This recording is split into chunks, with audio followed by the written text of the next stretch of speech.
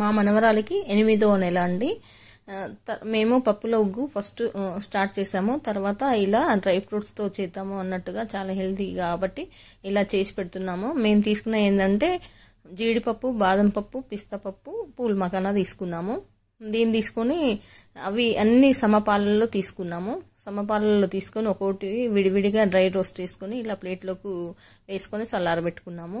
ఇది పిల్లలకు చాలా హెల్తీ కాబట్టి దీన్ని కూడా మీరు 8వ నెల తర్వాతనే ట్రై చేయండి. పిల్లలకు కూడా చాలా హెల్తీ. తర్వాత దీన్ని మెత్తగా పట్టొద్దండి, ఇలా బరకగా పట్టుకోండి, లేకపోతే పిల్లలకు నాలుక చుట్టుకపోయి తినరు ఇష్టంగా. అందుకనే బరుకుగా పట్టుకొని అన్ని విడివిడిగా మిక్సీ పట్టుకొని ఒక బౌల్లోకి తీసుకొని కలుపుకొని ఒక డబ్బాలోకి ఎత్తి పెట్టుకున్నట్టయితే మనం ఫ్రిడ్జ్లో పెట్టుకుంటే 2 months కానీ 3 months కానీ ఫ్రెష్గా ఉంటుంది.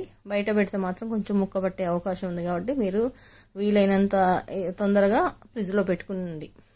పిల్లలకు చాలా హెల్తీ కాబట్టి ఇలాంటి నేను ట్రై చేస్తుంటాను మా మనవరాల కోసం. నా వీడియో నచ్చితే లైక్, షేర్, సబ్స్క్రైబ్ చేయండి.